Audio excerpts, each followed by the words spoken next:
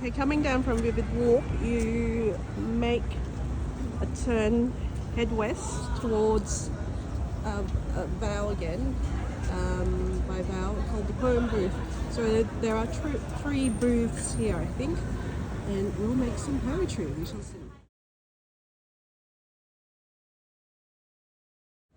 So the Poem Booth, we shall see.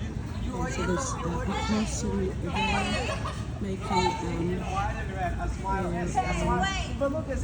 they I think it's a combination of AI and their own impression of people. So here it is towards the goods line, but there are poetry on offer that they come up with for me, for this couple of years.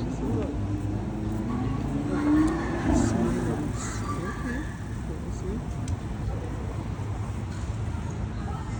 So it generates poetry through AI and how they look at you, I suppose. So over here, just pile it up. Okay, my poetry was a bit weird, but look, it is AI after all. But look, it's interactive, it's creative, it's artistic. Why not?